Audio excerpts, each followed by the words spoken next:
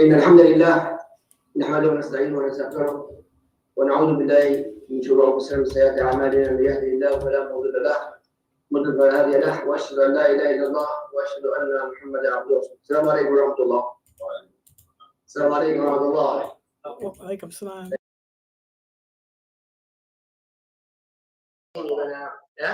Thank my mom. May Allah bless your mom and your father and the family. Brother, actually, I just in the Salat al-Isha, I spoke about this topic. This topic, by the way, is very important. Maybe every brother Tayyub is here, I think. I don't know what. Sunnahfollowers, can you hear us? Something happened here. Yes. Got it. Yeah. So, Give us okay. Thumbs up. This topic actually is very important topic. And believe it or not, we are really just in ignorant time, the third ignorant time in our life. Rasulullah sallallahu alaihi wasallam there. And then who's after Rasulullah? Brother Youssef spoke about it. Umar or Abu Bakr. Who's after Rasulullah? Abu Bakr. And then Umar. The start by the way in the time of Abu Bakr Siddiq started. Brother Youssef spoke. And now is the ignorant time that alhamdulillah after the Sahaba. And now we are not in our present time more ignorant time. Sometimes maybe it happened to me and I don't know. That's why when something like this, اسألوا أهل الذكر. Ask the people of the knowledge if you know. Brother Youssef, inshallah, we're going to start letting about it. I want to share together, inshallah, and all the questions in the English. All right, inshallah? And then we have food after that. But it's Before we start, this is an emotional day for me. It's the last time physically I will be sitting next to this man, so I came planned ahead with something to honor him from the beginning for what he's meant to me in my life. Anyone who knows me knows I'm very antisocial in some areas. I've never been involved in masjids much before. I've had very negative experiences both here and abroad. But when I met this man the first time, and he didn't even know me, he gave me that big bright smile that he has. I knew he was different. When I told him about my ideas after watching him, seeing that we were on the same page, he gave me an opportunity that few ever would, obviously. And I'm internally grateful for that. And I want to dedicate tonight to him. I also got something for him. That's why I went out when you had your back turned about to leave the salah to bring this in. I had to unpack it so I could fit it in my book bag, so it would be too obvious. But I figured this could go on your book.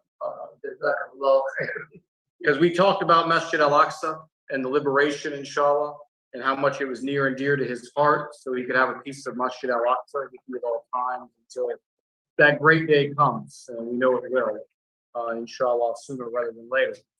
But I didn't want to get emotional myself. I wanted to go ahead and do that in the beginning, but he meant a lot to me. He's done very good, amazing things for children. Very rarely you find an imam who gets it. You know, most of them think you just have to have a good sounding voice and you come in, you lead the salah, but it's much more than that. It's about being a mentor. It's about being a father figure. It's about doing a lot of it. You're not allowed to praise yourself, but I am. All right. I wanted to get that out of the way at the beginning. I didn't want to touch Uthman to this week, so we kind of backed it up because I had this planned. I didn't know how long it would take. Obviously, I wanted to honor him. It was a heavy heart that he would be leaving us. You know, he's meant so much to me in this community. So this issue we were talking about tonight came up because I'm heavily involved in debate culture. I've been a debater all my life. It's something I enjoy, whether I was an atheist debating Christians at 13 or 14, debating politics. I've always been someone, in fact, largely the reason I'm Muslim sitting in front of you today is because of a brother in Canada's excellent debating skills, Shabir Ali. I watched a lot of his lectures back in 2010. I don't agree with some of the things he's done recently. That's a different story for a different time, but he was very instrumental in my conversion, how he handled himself in debate. And me coming into those debates from a neutral perspective, I mean, I really saw Islam was coming up on top, you know, in all these debates that I was watching between these scholars who literally they eat, breathe, and sleep their designated religions, you know. And I've been seeing a lot lately and over the last 10 to 15 years, Muslims run from the question that we're going to talk about today. Christians inevitably, and we talked about in my Defending the Messenger of Allah Sallallahu Alaihi Wasallam series, we talked about Asia, you know, and the attacks there. We talked about the war, the jihad, you know, all the attacks that come there. But this is another big one that they love to come after us with. And I'm very disappointed. And men that I have tremendous respect for, the way they just kind of, you know, they cower when this question is posed to them. They duck and they run. They don't want to talk about it. Where you can defend it, we're going to give you the tools tonight, especially for our new Muslim brothers and sisters here who undoubtedly you're living in secular West. You're probably going to hear these questions asked of you. Oh, do you believe you should kill an apostate? Or what do you think should be done to apostates? And we're going to give you a clear answer as to why we have the Sharia laws that we do, why it makes sense. I'm going to give you both examples from the life of the Messenger, from the time of the caliphs up until Uthman, who we're going to cover in detail next week. We are going to see where this stuff reared its ugly head inside of the Muslim society and led to the murder of an appointed leader.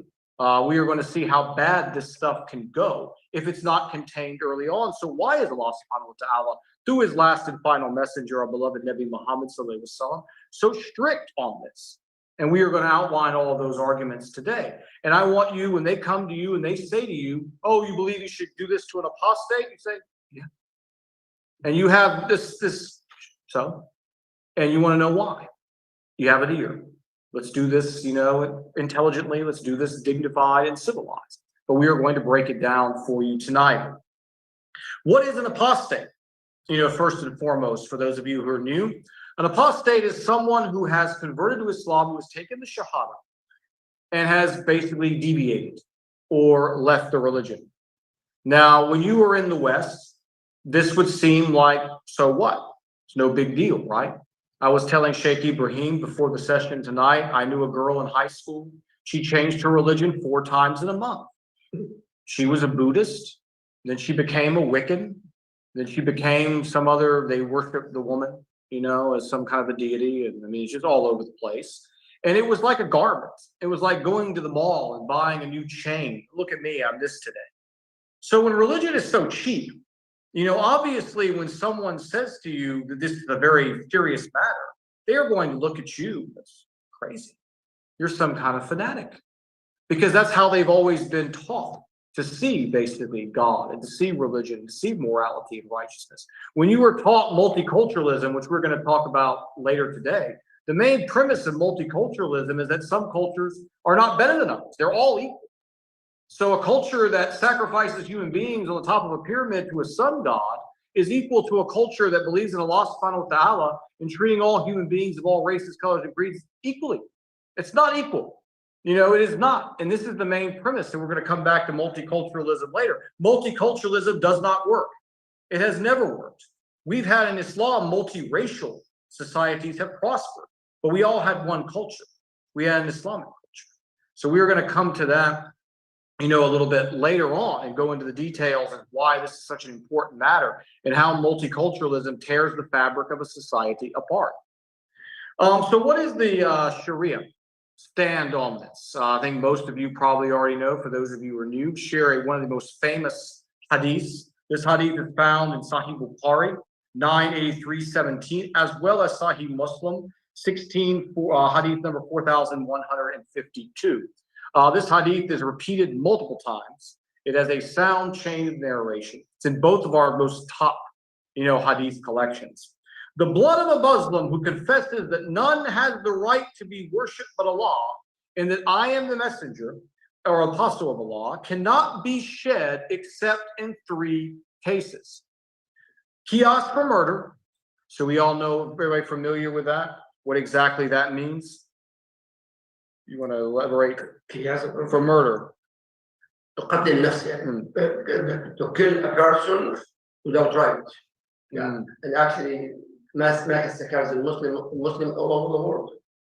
All over the world now. So you have that one aspect, you're allowed to shed when there's been a murder committed as a retaliation for a murder, equal eye for an eye, so to speak. Adultery among married people, we're all familiar with that. That is the second time a Muslim can share, basically, or shed the blood of another Muslim. And third is, as it says, one who leaves Islam for good, basically, turns his back on the Muslim. So we have right here a very clear ruling. There is no debate. There's no misinterpretation of this. This is what the Prophet ﷺ said was to be done with people, who left. We see similar stories. We find in Sahih Bukhari 452, you see the story of Ali as told by Ibn Abbas. Ali had burned some apostates, and Ibn Abbas had basically chastised him, or criticized him, if you will, for doing this. But the reason he criticized him was that the fire was the punishment of Allah. And that basically you are not to do that. That is Allah's punishment. But he did not agree, and he comes and quotes in the hadith, because the Messenger of Allah ﷺ had said those who leave the religion are to be killed. So again, there is no debate. This is a clear issue, and we should not be ashamed to have this discussion. It is in our books. It's in the most authentic of collections. It's not buried in some hadith collection that no one's ever heard of with unknown narrators. This is right there in both Sahih Bukhari and Muslim. Now, should we go and just hand out this punishment, so to speak, for someone who has doubts, or someone who, people are emotional, things go wrong in your life, you may want to curse God, you may want to curse the religion, things go on, we all have been emotional, at one point in time or another. But we have from the life of Umar ibn Khattab, example, basically again of how you were to handle someone in this particular position. In the Muwatta of Imam Malik, there is a story basically of Umar rejecting a ruler because he handed out this punishment without giving counsel to the gentleman. This was a gentleman who was vulnerable. He was someone who was emotional, and basically at that moment in time, he felt he was going to leave the religion. Did someone just take a sword and just do him in? No, absolutely not. There was a process that went on of counsel, of giving sincere, honest advice, to this person, trying the best you can to change them back to the way that you see fit. Now, I'm going to start the main bulk of the lectures. We've all kind of established the premise that this is something that is important in our religion, but we are going to define why, is it important. Many reasons, obviously. As I told the story in the Abu Bakr as-Siddiq biography that we did here, we saw that pretty much after they put the messenger in the ground, so they were selling, what was going on, around Arabia. You had apostasy everywhere. Some refused to pay zakat. Some said, I'm not paying zakat to him, but I'll pay zakat to the messenger. But no more. Some said, I'm not paying zakat at all. Some said, can we skip the Isha and the Fajr prayers? We had prophets popping up during the time. Muzaylama, I always pronounce that name. It's a tongue twister in the English. Muzaylama. The famous liar who concocted his own scriptures, who raised an army which caused the most deaths of any Muslim army during that Ridda War period of time. We saw the women of Yemen, who were fornicating and having drunken things I'm not going to mention on camera in honor of the death of Rasulullah sallallahu alaihi wasallam.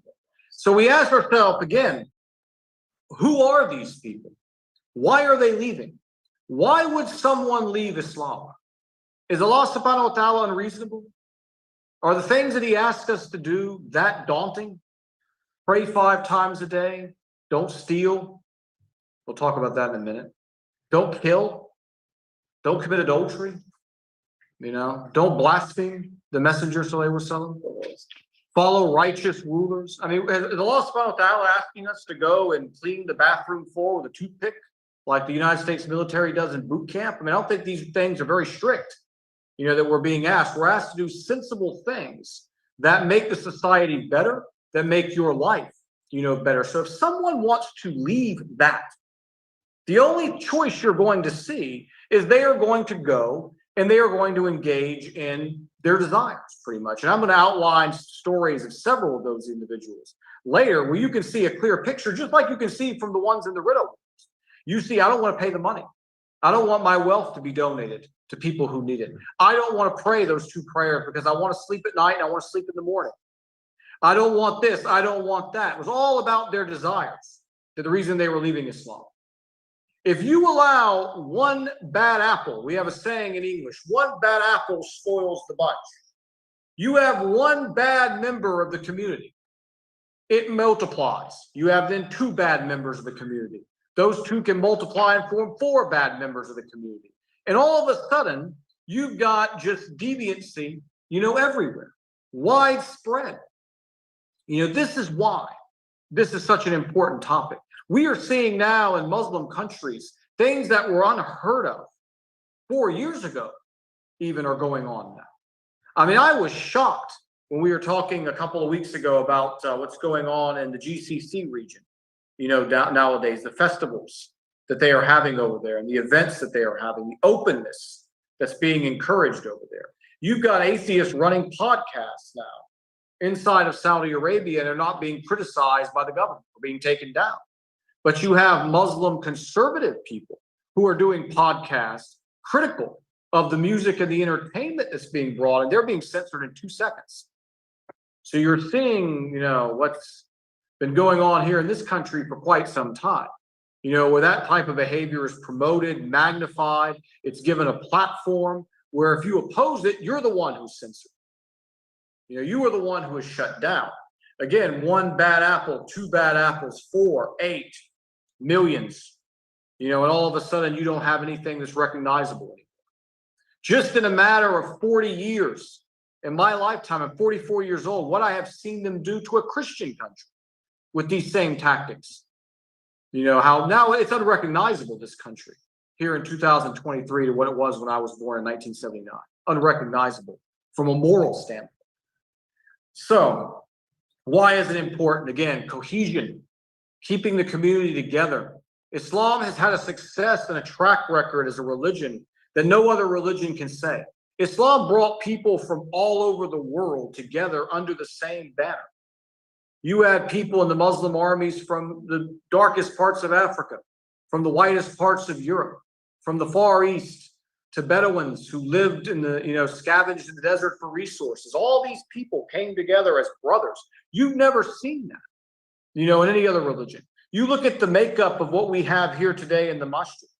You go to a Christian church, everyone knows that's the Asian church, that's the black church, that's the white church. Oh yeah, he was nodding with me. He knows. I mean, that's just how it is. It's always been that way. That's the black church. That's the white church. They even have Korean church. They even say that that's for them. Only in this religion can you see all these people have been brought together as brothers under a banner. Why does our enemy? Why does our enemy like multiculturalism so much? Because it divides the people. So when you have apostates, that is an element of multiculturalism, because that gentleman is going to be bringing a different set of beliefs and ideas into your society. Right now, we've got people on the same street. They don't understand each other. Everybody speaks a different language. That's why all of us as Muslims are encouraged to learn Arabic. So you can keep your native language, but then you have the Arabic as kind of the medium there to be able to bond and communicate between each other. So that bridges the gaps. But I mean, you have in your neighborhood, there's the Buddhist down there. There's the Hindu gentleman down there. You don't celebrate the same holidays. If you're a Christian, you put up your Christmas lights. They don't like it. They don't like a Hindu festival. No one wants to see Ramadan signs. I mean, it's just complete hatred and conflict that you have when you try to bring everybody from all these competing and different ideologies together. You cannot have brotherhood that way.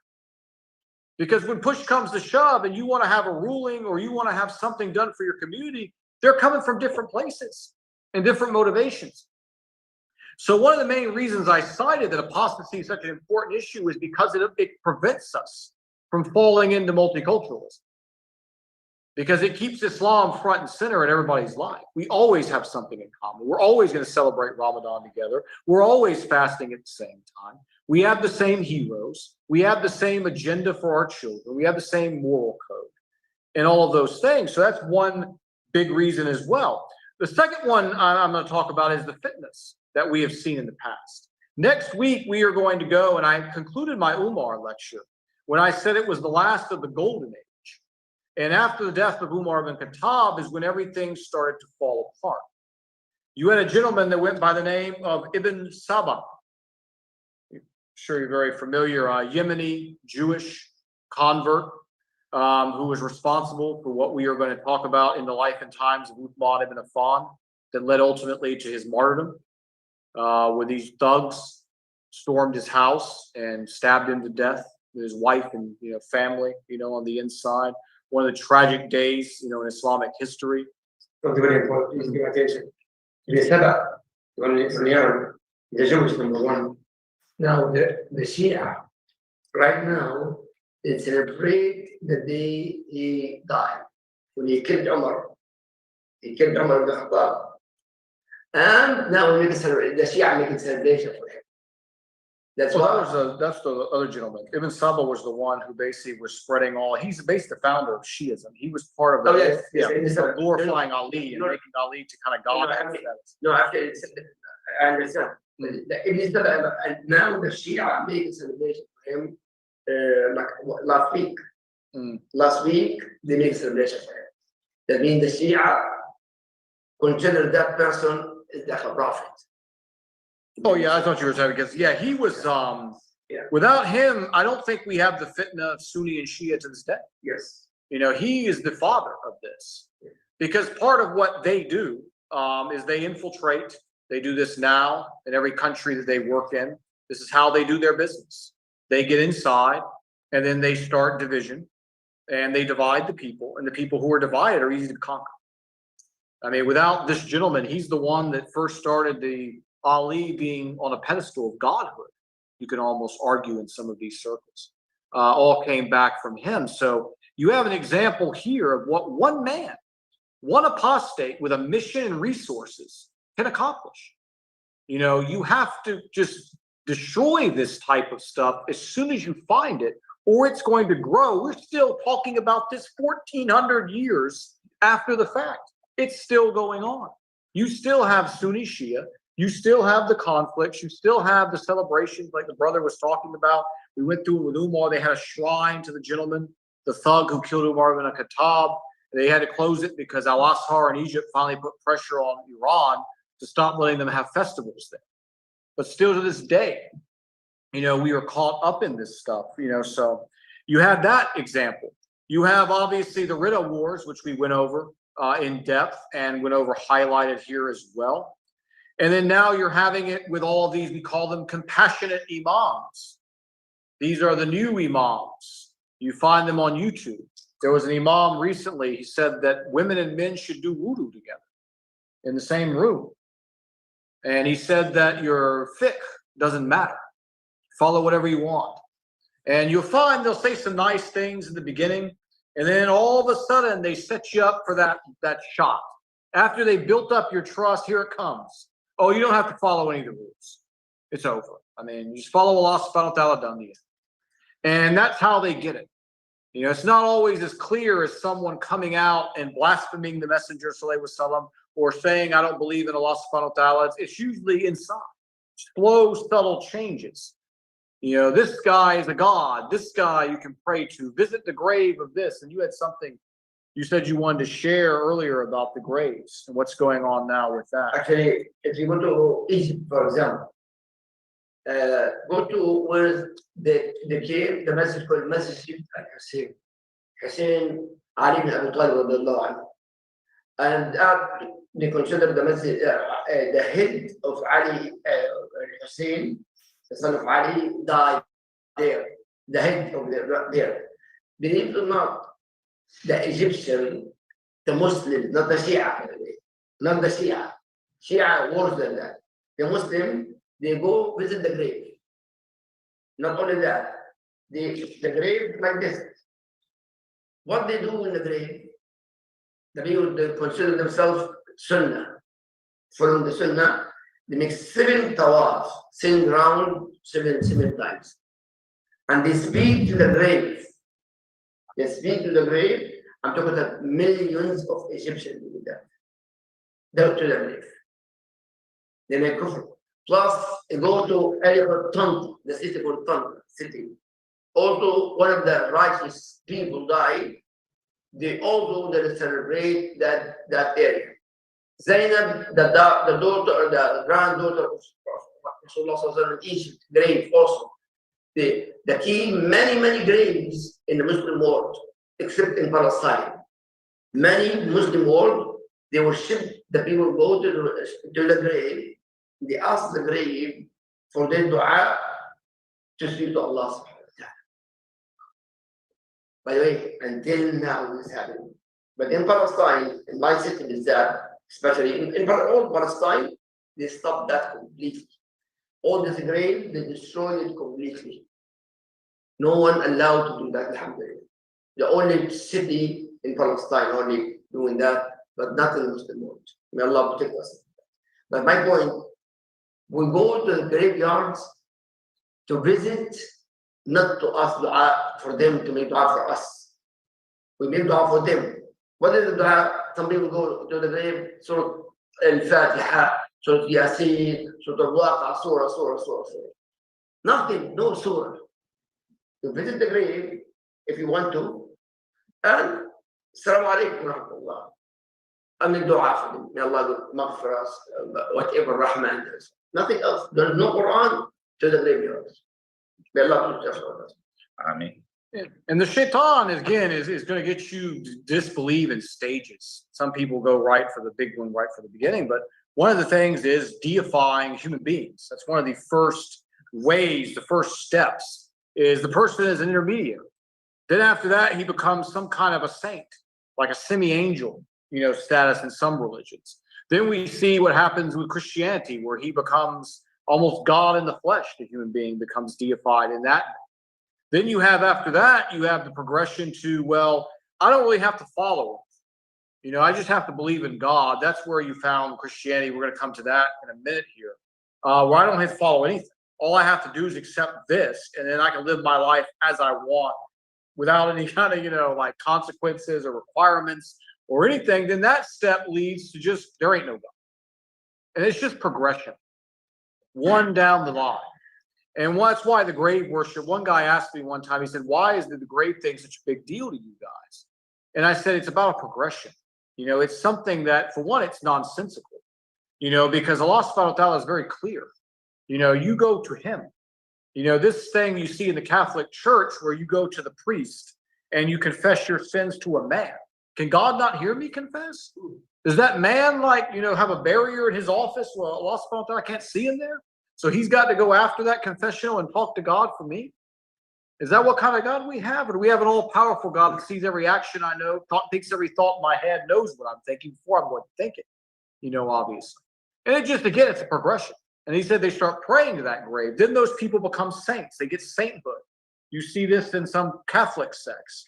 You see this with some of the Sufis, and some of the weirder Islamic sects, where they have this saint guy. There was a gentleman, I can't remember his name off the top of my head. He was from India. He claimed he was the last prophet. If you said his name, I remember it. He was recent, last 150 years. Ahmadi? Yes. Yeah, Ahmadi. Yeah. Until now, the rich people, very rich people. You have those types. And then, like I said, it goes to the point that you just don't even believe in God at all. At the end of the progression, it ends up just getting to that point. So some examples we see, again, when I talk about apostates, they always have the same type of behavior, don't they? You don't ever see like someone who left Islam and became some super moral, upstanding citizen. You don't see that. Or the media would shove it down our throat. They say, look, this sister left Islam. She's now a mother. She's successful. She's doing this. No. We're going to talk about the people that leave Islam and what ends up, why they actually leave. You can see within their actions. I was watching a debate the other day between a brother who does a lot of good work on YouTube. His name is Daniel Hakikachu. And he was debating two Christians. One of them is the famous Robert Spencer. Robert Spencer is the author of the book saying that the messenger of Allah ﷺ did not even exist. He didn't exist. He was just made up as a religious figure. That's who Robert Spencer. He's like the top, of this Christian, you can say apologetics. anti-Islam, debaters. And he was there with a gentleman from Morocco who had left the religion. This guy had said he was an apostate. And that's when I got the idea to do this, was because this guy contradicted himself like about 4 to 5 times in the first 30 minutes. One, he said that the Muslims were so evil to him in Morocco that he was homeless and that he was living off the street and everybody had abandoned him. Then 20 minutes later, he literally said, well, I was wealthy, so I was able to get out of Morocco. I'm worried about the people who can't.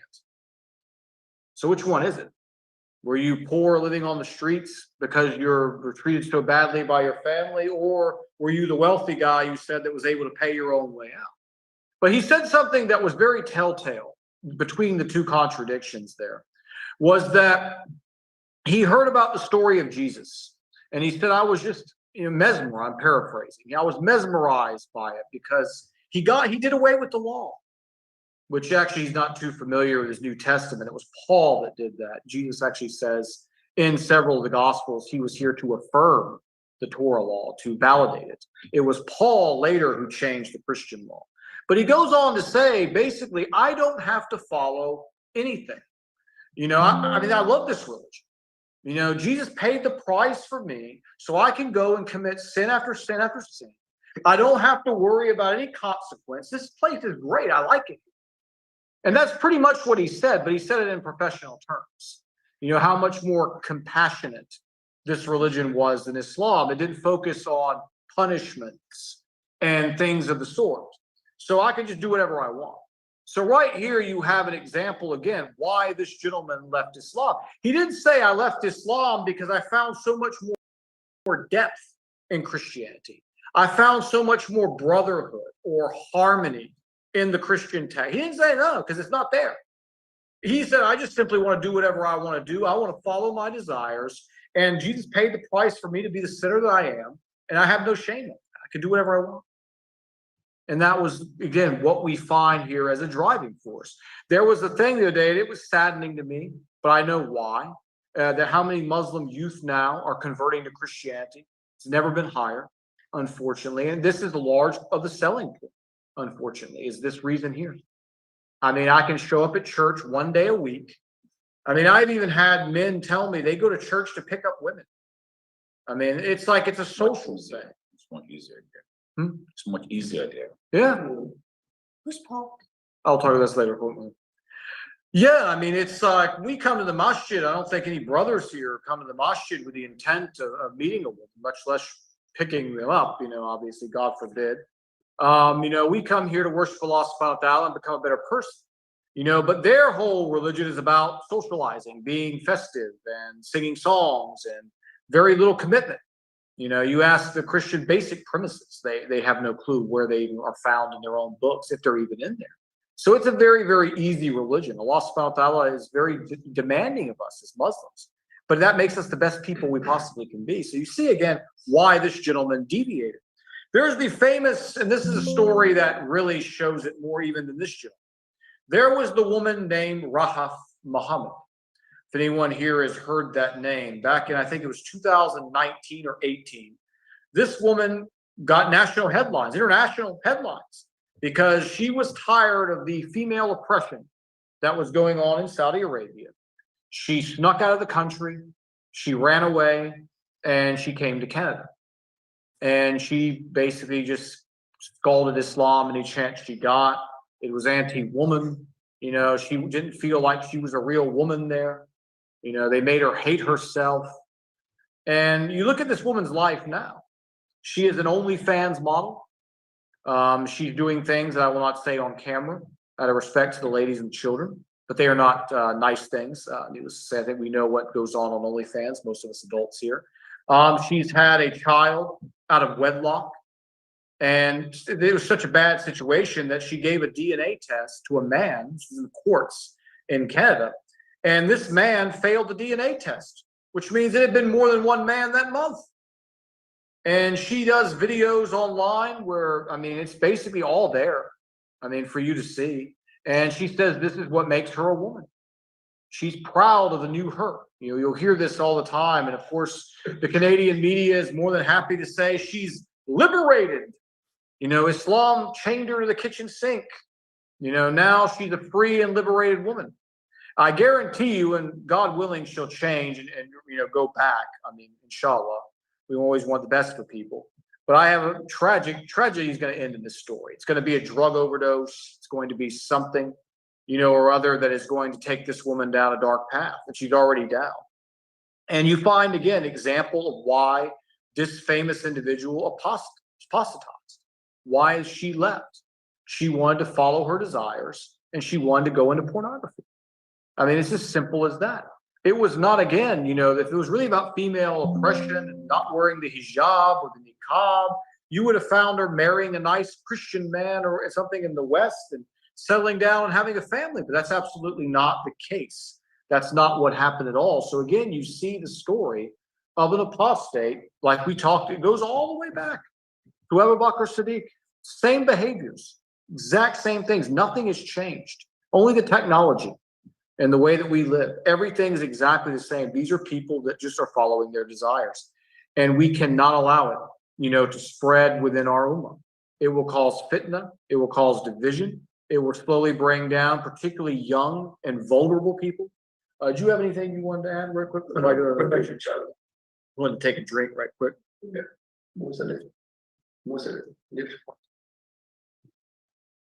So now with all the human rights, stuff that we see everywhere you go. It's all about human rights, and you find all the watchdog groups. They all are saying, these in most Muslim countries now have removed these apostasy laws, and you are seeing. What true Muslim countries, honestly, do we have? If you look around at all of them, you'll see they're highly secularized. I was shocked, and I tell this story all the time. May have told it here and don't remember. When I first drove into Saudi Arabia from the Bahrain Causeway, first thing I saw in Saudi Arabia was not a masjid. It was the Golden Arches of McDonald's. This was back in 2011. It's gotten much, much worse now. But I was expecting to see, something Islamic, a beautiful masjid greeting me, hearing the adhan, this type of thing. No, I saw McDonald's. That was, is this really, the road that we're going down? I think you're hungry. Huh? You're hungry. Inshallah, I haven't eaten McDonald's since, I think, 2009.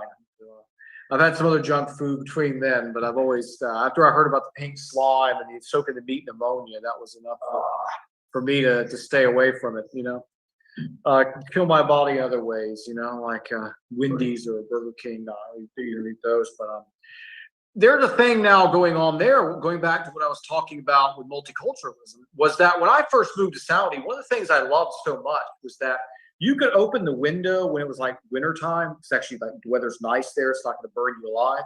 And you could hear there's 30 masjids within a radius around you, because there's like a masjid in every neighborhood. You literally can leave your apartment and take 2 steps out. There's a masjid right there. So you hear the adans and they're all kind of off by 1 second. So it's like this beautiful collage forms from those different adans. It's amazing, actually. You've been there, you've heard it. In Egypt and Cairo, in Turkey, same thing. If you go to Turkey, same thing. But now this month they stopped to do that. That's where I was going. Yep. They're now inside the masjid, only not outside the masjid. Now, Turkey? No, not Turkey. Turkey is outside, but Saudi Arabia. Mm-hmm. Only inside the masjid legally. Like one will come into that. Yep. Yeah. Oh, sorry. Oh no, it's no worries. Because I was highlighting first the beauty that I used to see. Because back then, when I was in Saudi, it was like every neighborhood was 100% Muslim, and it goes back again to my point about multiculturalism. Yeah. Everybody loved hearing the adhan because everybody was Muslim. But as they started bringing in more and more non-Muslims, they were starting to complain that the adhan annoyed them. I heard people, because they thought because I was Caucasian from the West that I was obviously a Christian or an atheist. I heard people, Westerners who were working in some of the companies, and we'd be outside or whatever talking about work, and then they'd hear that and they'd say very derogatory things, about the adhan and how the adhan annoyed them and all these things. And Saudi Arabia has continued to import more and more people who are not Muslim and wanting to be more and more secular. Their excuse, I'm sure they've given many, but the one I heard was they said that it scared the children. I mean, they didn't want to bother the children in the home, which I thought was, I mean, come up with something better than that, please. But I mean, I had multiple children. My wife's family's quite big. We had babies everywhere over there. None of our babies cried or were afraid when they heard the adhan. Another thing, they used to play the khutbah, where you could hear the khutbah in your apartment as well. They've stopped that also, you know, because they said, again, that was frightening people, you know, on the inside, because again, multiculturalism is going to inevitably lead to this. You are going to have eventually where no one gets along with anyone. No one wants to share anybody's religion or beliefs. And it's unfortunate. That's one of many things. They're coming for they used to stop and close for prayer, you know, when I was living there. They don't do that anymore, to what I've heard. Yeah, actually, even in Egypt now, they started four, and also in Tunisia, they started also not allowed to, and then only Southern. I think, can I make a comment? Mm-hmm. Yeah. I think what's actually going on in Saudi Arabia has to do with the leader. Mm-hmm. Yes. Yes. The crown prince, he has this idea of trying to imitate what's going on in the UAE. Mm-hmm. Yeah. So he believes that if they don't try to open up their country the way the UAE open up, Correct. the UAE continue, according to them, they do not consider the religion anymore. They're looking at the prosperity, the money. And that's why they're putting all those things that weren't there before into the culture and destroying. I don't want to say destroying this, I don't know what can actually destroy the religion anyways. But basically, it is the leader that's allowing all this to go on. 100%. And it's not all bad. I saw something today that was great news coming out of there. They had a Masjid al-Haram. They had an intense Quranic memorization class for ladies. There were so many sisters there, they couldn't fit in the walkway. It's like they were cramming in there to get in there. So we are seeing still there are some very good, firm believers in there who are holding the line, who are refusing to engage in this behavior. And like I said, that was really a warming, you know, moment there when I saw Youssef. Youssef. When I saw how many sisters were still showing up, despite the fact that everywhere they go, they're being bombarded with propaganda and all these things. And you gonna put him on camera?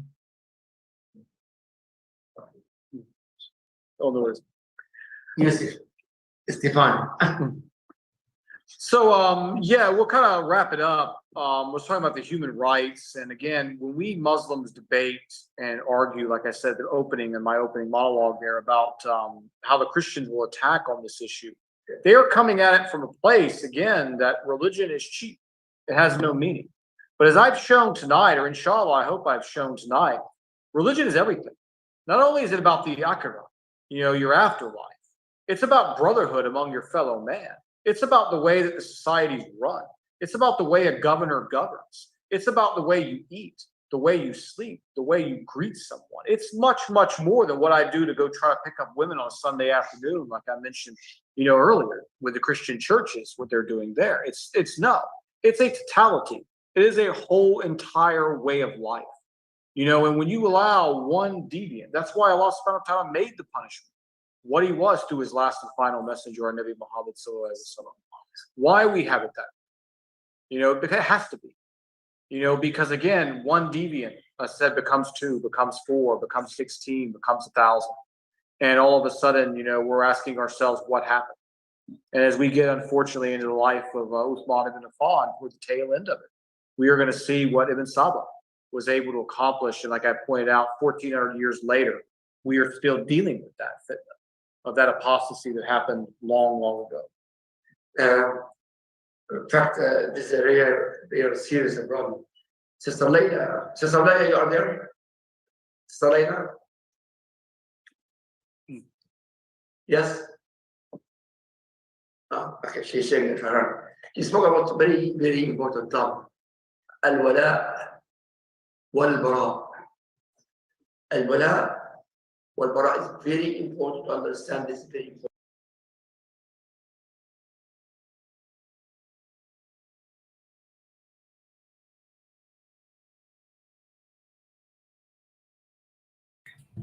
And sometimes shirk, by the way, is happening to me, and I don't know. Now, social media, some imams now, fake imams, It's beautiful talk, beautiful lectures, and millions of people follow them, and no aqidah. We know wala, follow what Allah said, what Muhammad said, what the Sahaba said. No, the way to speak is like a magic. So, alhamdulillah, we have to be careful. That's why, Sister Layla, what exactly in English, al-wala wal-bara? Al-wala refers to having allegiance to Allah, allegiance to the Prophet, sallallahu alaihi wasallam, and allegiance to the Muslims. And al-bara refers to disassociation or distancing yourself from anyone or anything that opposes what Allah says, what the Prophet says, and what Islam is all about. So al-bara would be disassociation or distancing yourself, and al-wala is allegiance, loyalty, and allegiance. Yes. The point here, sometimes to maybe to us in our phone, our cell phone, in the family, in the community, in the masjid, especially in YouTube, many of those people that I will follow. Alhamdulillah, a lot of people in this masjid here, they come to me, oh, this person and this person. For example, one of the great shuyukh used to be Salafi, is a doctor, Dr. Mustafa something in Egypt. And they consider him like a Salafi. But he praising Sisi, the president of Egypt, so highly. And millions of people that follow him, they think he's the right one.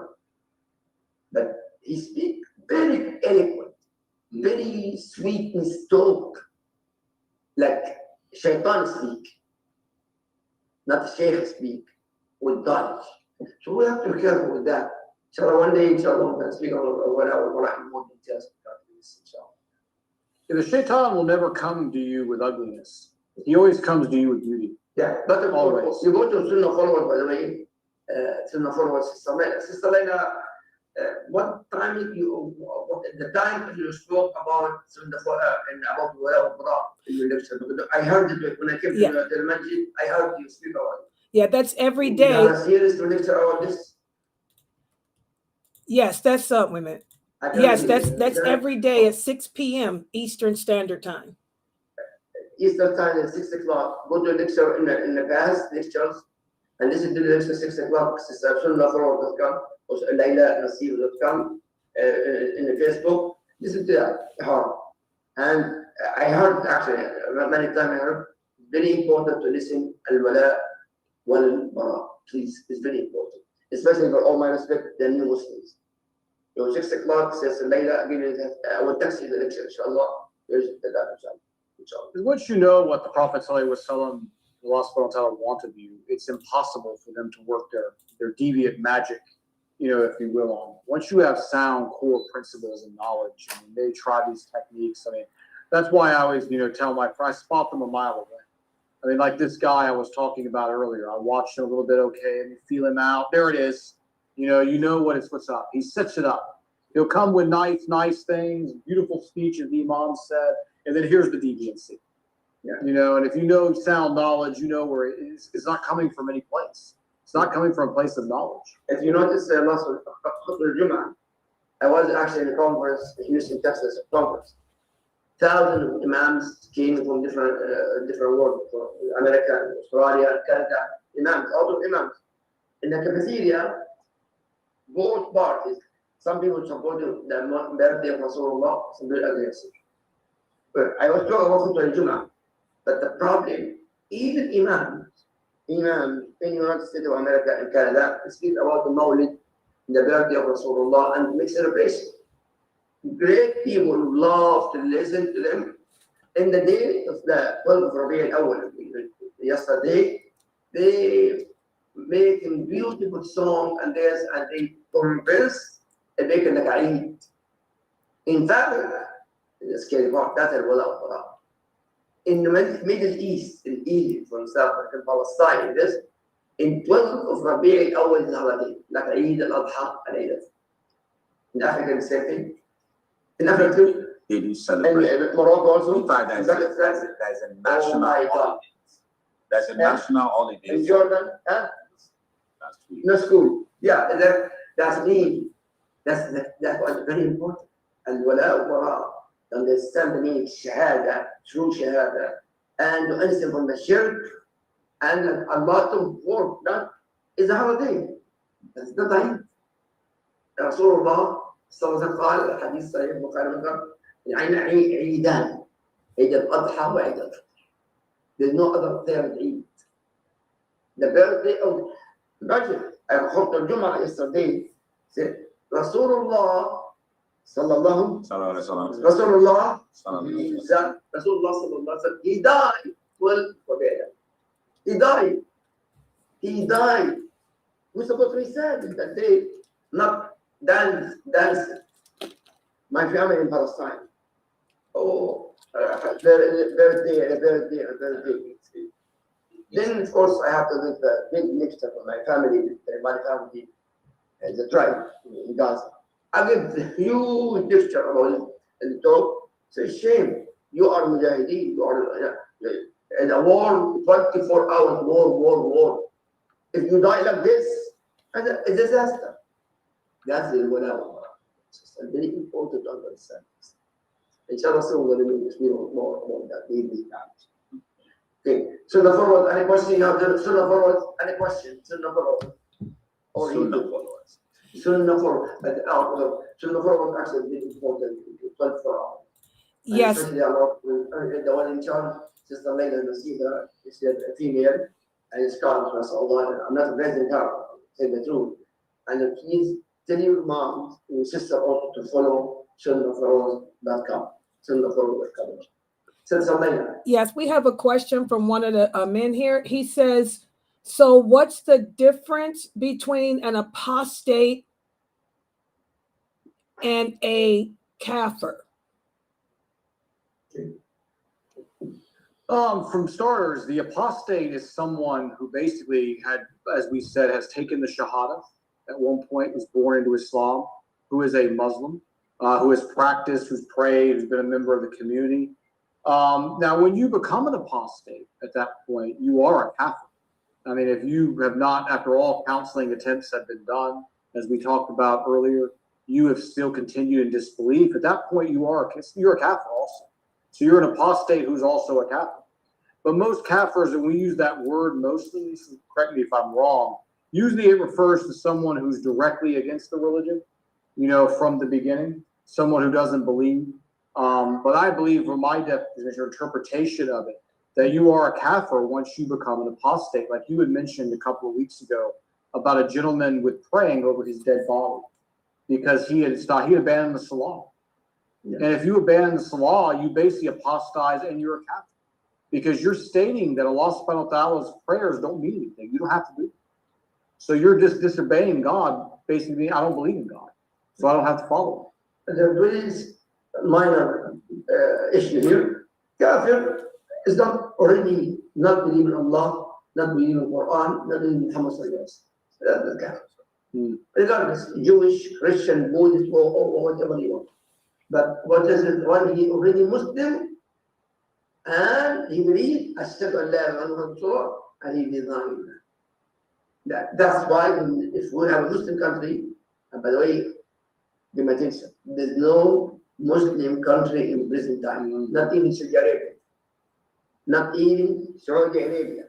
Don't think about Rasulullah born there, but the rule and regulation is no Muslim country at all. The rule for that, of course, as I mentioned, we have to be killed.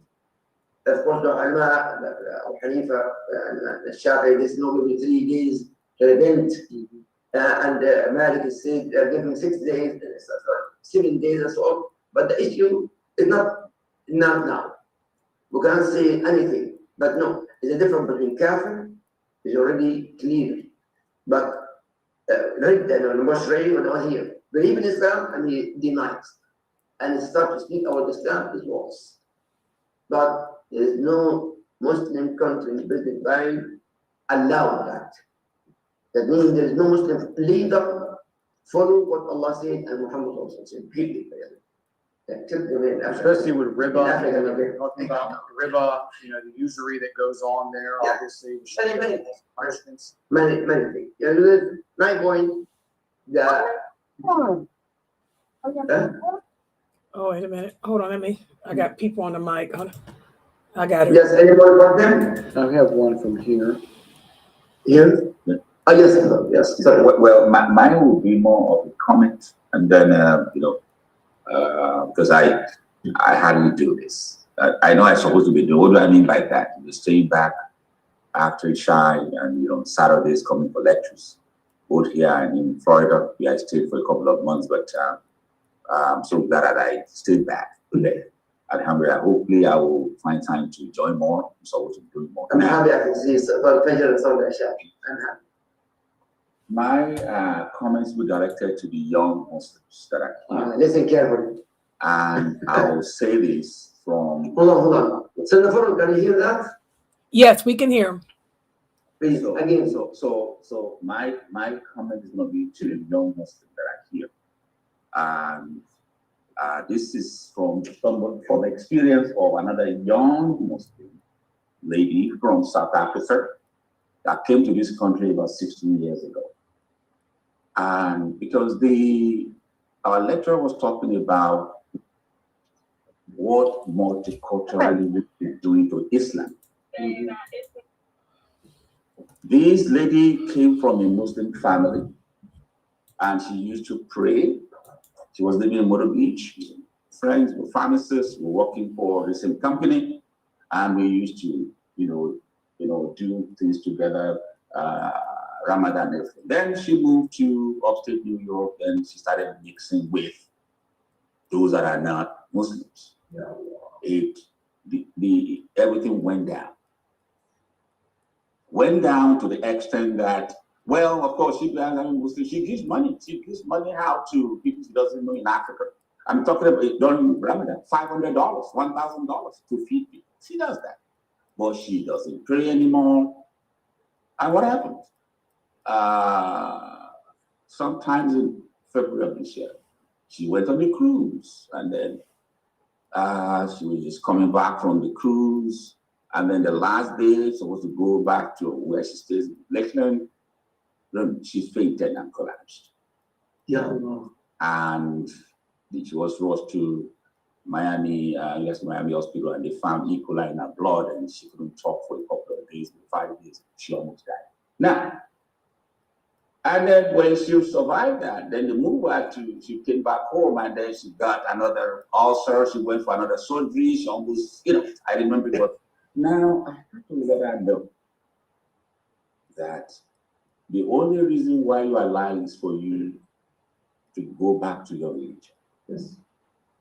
And start to pray. Like I said, no, I'm going back home because I want to go back to where I came from and be with Muslim. She left $120,000 job, secure with Walgreens, to go back home because she's to say back. I said back to it. So what am I trying to say? You have to be within the community. You have to love the masjid. Me that I'm preaching is God is to be God. I am not trying to say it's easy for you to go for Fajr and come for Isha every day. But if you really want to be within the religion and follow what the lecturer is saying and not look at much of culturalism that can change you so that you can say you can do this, you may not want to pray, you can fast whenever you want to fast, you can do this. The 5 times daily prayer, you may not do, you may just do 5 days, don't do.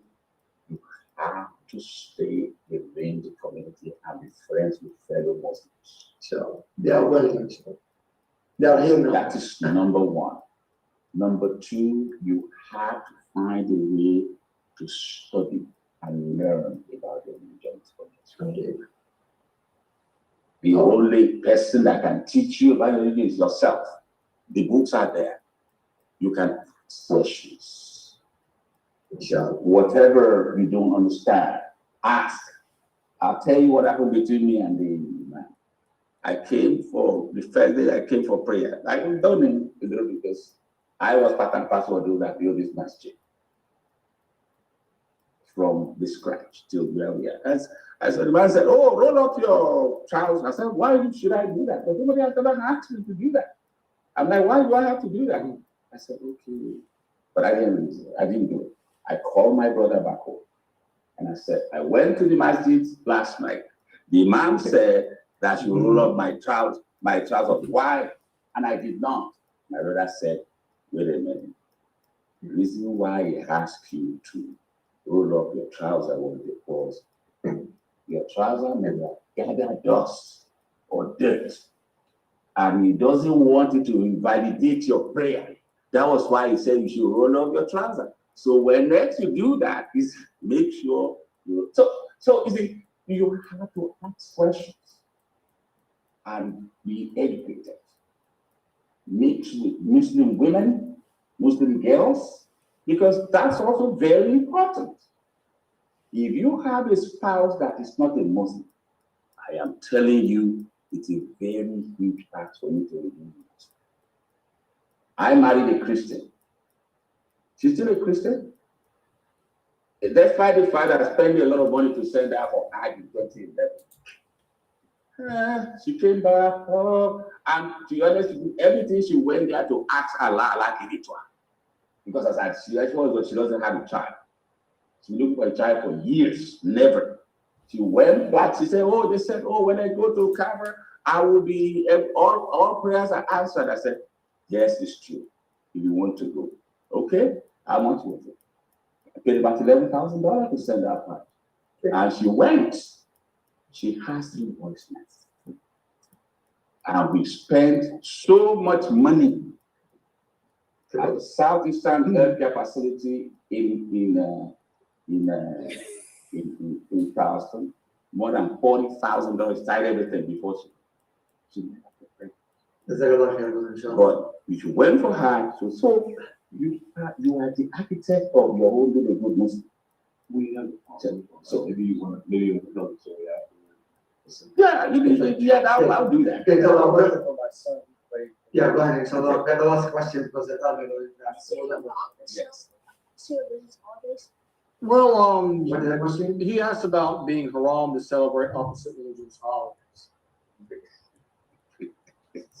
And that's always, especially in the West, is a very, very tough one. We have our Very, very sensitive and intelligent question. But we have what 2 holidays. 2 holidays, Al-Adha and Al-Fitr. We have celebration, we have fireworks also that, but no more. But if your friends in the school or in the school have their holiday, you don't have to say, "Oh, no. But you don't have to be joined with that. You're not, don't be part of that. But at the same time, don't be against it. Why? Because you don't have a problem when you are minority in school, public school. Okay? We are against it, yes. But we don't have to publicly, "Oh, no, haram, this.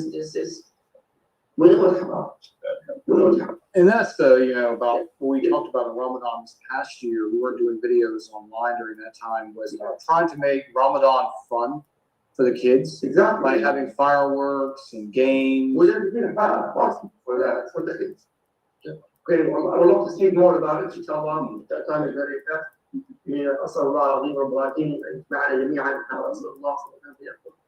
اللهم اهدنا فيمن هديت وعافنا فيمن عافيت وتولنا فيمن توليت وبارك اللهم لنا فيما أعطيت. اللهم أرنا الحق حقا وارزقنا اتباعه وأرنا الباطل باطلا وارزقنا اجتنابه واجمعنا مع رسول الله صلى الله عليه وسلم. Brothers and sisters, inshallah, as the brother Youssef said, it's the last day for me here. And my son came here to drive back to Florida tomorrow, inshallah. And please make dua. My mother-in-law, she's in the hospital. She's very, very sick. Sister Aline, mom, in the hospital. My wife has supposed to come here, but I told her, "No, go with your mom." And my son came here to with us. So please forgive me. So I'll be here Friday. Friday I'll be here because, but after Saturday I have to go back to Florida. Which city in Florida? Yeah, Fort Lauderdale. Sunrise, Fort Lauderdale. Okay, brother, جزاكم الله خير. سبحان الله وبحمده. أشهد أن لا إله إلا أنت أستغفرك وأتوب إليك. السلام عليكم. You come, we'll see us more. SubhanAllah. I know that I had to mute you guys. I don't know what's wrong with Jean Louise' mic. Every time she comes in here, it comes on, but I muted the whole room. I'm getting ready to unmute. Tell me if y'all can use your mic now. Can anybody here use the mic? Who was the person that was giving salam back? Where? Like I think whenever he said somebody, the man that was working his camera. Okay. But Jean Louise need to really, I keep telling her her microphone is horrible and she really needs to check it. You know, and I kept muting her and she kept unmuting it, so I just muted the whole room. We got to get these microphones together. So I know his contract is up as the imam there. I'm going to text him. So that means he's done with, let me see if he's still going to be the imam there. Because this is the last time that brother said he will see him. Did they renew his contract or what? That's what I'm trying to.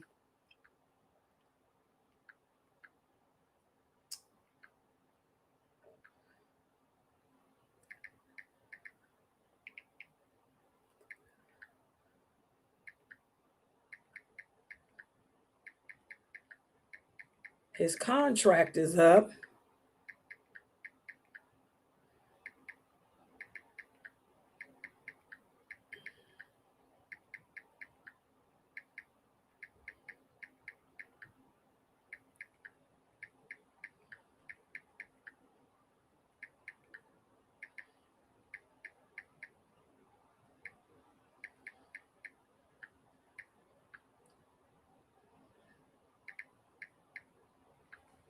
Okay, I'm going to start my class now too, guys, inshallah. And do I have any moderators here? Because I can't do everything. Norta, are you going to be here? So in case she comes back with her mic coming on when I'm teaching, You can mute her. You can mute the whole room because she's going to, I don't know, she's using her phone and it's going to come back on. So if she comes back and takes that mic, just mute the whole room. And you mute it by clicking on taking the tick, click on security and take the tick out of unmute themselves. Take the tick out of unmute themselves, and that way that nobody can use their mic. Because I can't have her do that when I'm teaching again.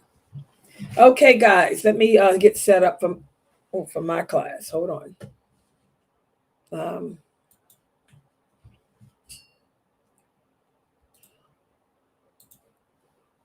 You see, Dr. Dremali, alhamdulillah, he's the only one that always tries to get the people to come learn from me. Y'all see, he told them, especially you, the women, y'all go in there and learn about well or better. Exactly. I'm telling y'all, this allegiance, that's the problem. Most Muslims have no allegiance to Allah, no allegiance to the Prophet, sallallahu alaihi wasallam, no allegiance to the Muslims. That's why all this innovation, this celebration and partying and birthday and holiday celebrations. Like I tell y'all, it's not a question of whether it's lawful or unlawful. It's a question of allegiance as far as a lot of these holidays. Okay, is that celebrating Thanksgiving, celebrating Labor Day? Is that showing allegiance to Allah? Is that showing allegiance to Islam, to the Prophet, to the Muslims? Or are you showing allegiance to America? American soldiers. I mean, come on, guys. Allegiance is what is this? Everything in Islam. Hold on. Let me see. I've been sitting here. Let me see my hijab. What is this? Oh, hold on. Let me put the pen back in my hijab, right? Hold on. Oh, what is this? Oh, man. Hold on. Hijab coming apart. Yeah. Okay, hold on. All right, that's better. Okay, hold on for a second. And by the way, guys, before I begin, let me remind everybody, it's the first of the month. And as usual, that's why I got this ticker going. We need donations to cover this month's website expenses. As you guys know, our donations total $2,000 a month. So we need $2,000 every month to pay our website expenses. So please support us, guys, by scanning that QR code. If you scan that QR code, inshallah, it'll take you directly to our PayPal site where you can make a payment, or you can go there directly by typing PayPal.me/Sunnahfollowers, or you can Zelle us. Send it to Layla, Laila at Sunnahfollowers.net using that email address that I have listed there. Let me see if I can change the background a little bit. And hold on. That means I got to change this. Hold on for a second.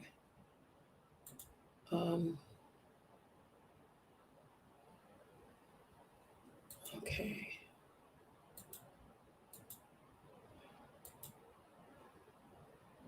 Oh, come on. Oh, that's it. Okay. And hold on. I'll get the background change. That was Jamali's background. This is mine. Gotta change it to my background, which is this one. There. Okay, let me see the stream. Okay, give me, and what else I have to change? Okay, wait a minute. One more. Okay, so the next class is my class. I'm getting ready to start right after this commercial. And by the way, this is our series on the lawful and the unlawful. And I did make a little thing for it where I want to see how it look again. So I'm just going to play it just so I can see if I got the right one in here. Hold on.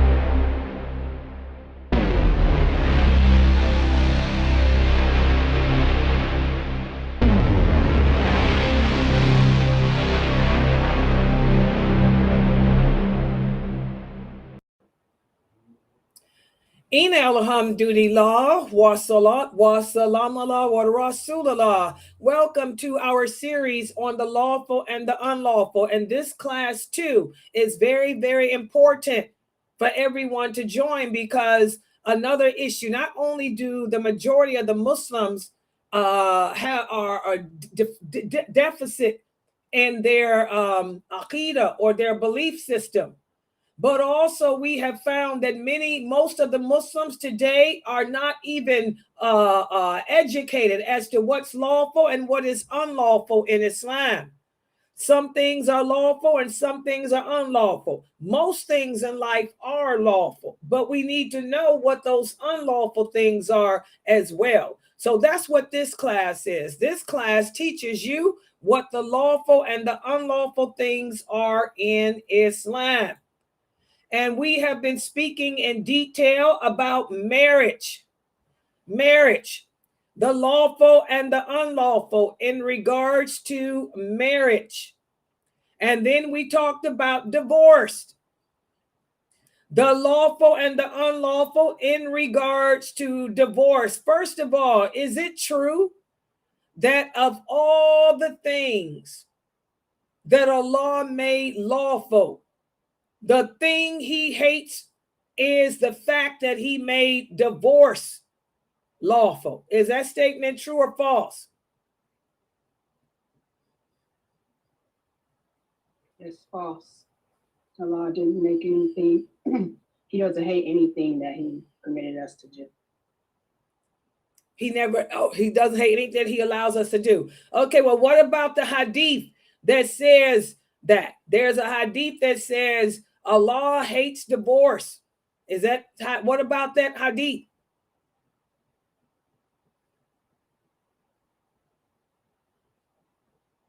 That hadith is not true. Allah never hates anything that he makes. That he made. Exactly, and I want y'all to say that.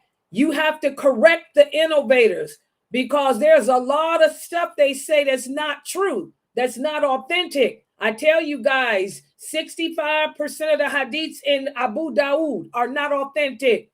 65% of the hadiths in Tirmidhi are not authentic. 70% of the hadiths in Mishkat are not authentic.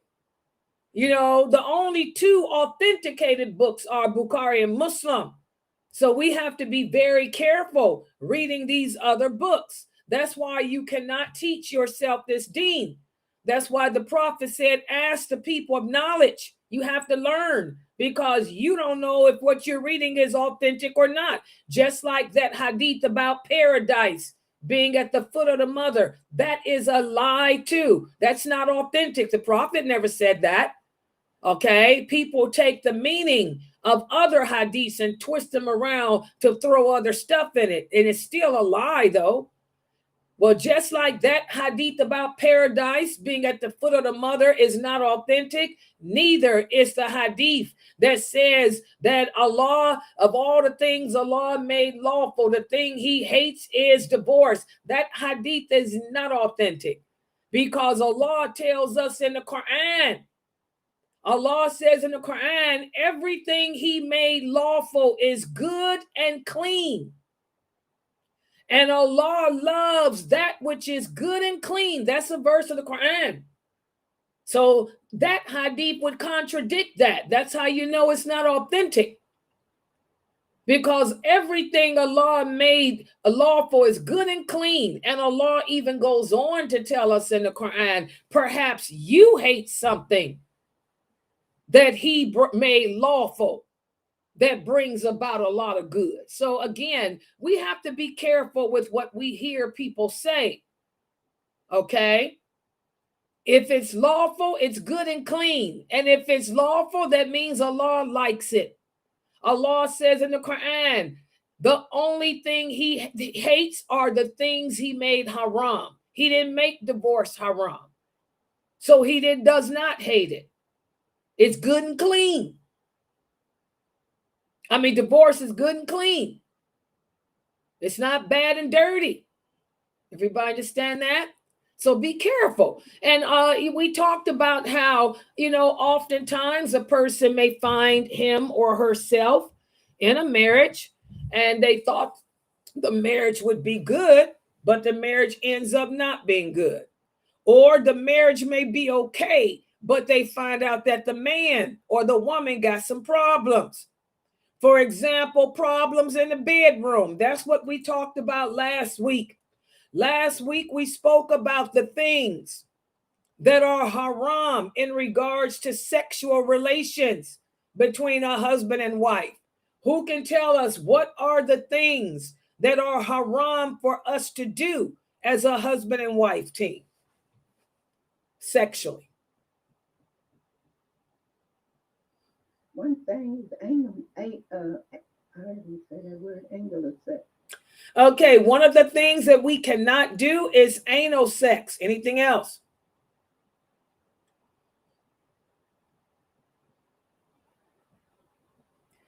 Come on, people, wake up. You can't have sex on a woman when she's on her menses. Exactly. Allah says you can do whatever you want to your husband or wife except anal sex and sex on menses.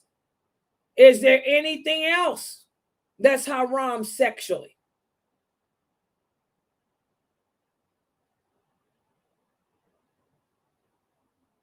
No. That is okay, exactly. Everything else is lawful. What about those things that Allah didn't mention? Allah didn't mention nothing about whipped cream. Allah didn't mention nothing about strawberries. Allah didn't mention nothing about positions. Are there any positions that's haram? So what about all these different things that Allah didn't mention? Are they haram sexually? If you don't mention them, they're not haram. They're concessions. So keep your mouth closed and do it. Okay, and what is there any evidence from the Quran about any of that? It said that, something about if it's a concession, if it wasn't mentioned. Okay, the Prophet Muhammad sallallahu alaihi wasallam said the things that Allah does not mention are lawful because they are all concessions. And we must learn to accept the concessions of Allah. So that ends the whole topic on sexual relations. Whatever you think of that hasn't been mentioned, that means it's lawful. The things you cannot do are anal relations and menses relations. Okay, what about polygamy? We also talked about polygamy, okay, in relationships. You know, are there rules and guidelines for polygamy? Okay, if a man wants all his wives to move and live in one house, like the big love people do, can he make you do that? Can he make all his wives downsize and move into one house? No, he can't, because as a Muslim woman, you have the right to have your own housing and space, so that you don't have to enter into a relationship like that. Exactly. That's a right that Allah gave every woman. That's why there's no need for feminists. Okay, every woman. Allah says every woman. The Prophet Muhammad says every woman has the right to her own accommodations. That means her own home. Your husband cannot decide to downsize and put all his wives in one house. You tell him, oh, no, not here. Are you out your mind? Oh, heck no. You better bounce. That's my right. I don't want to live with no other woman. I want to see you with no other woman. Are you crazy? You got some perverted activities? Are you out your mind, Aki? So a man can't force a woman into none of that type of stuff. A woman can tell him, heck no. And either he do what Allah said do and accommodate, or let her go. And Allah will find her a man that can do better.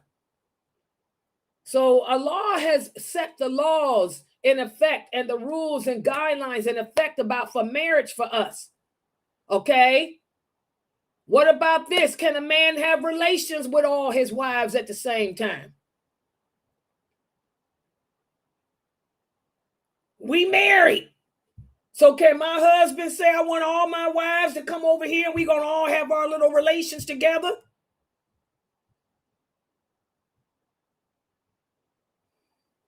Y'all don't know? And y'all Muslims, what's wrong with y'all? Y'all some sick people. No, you know that will not happen.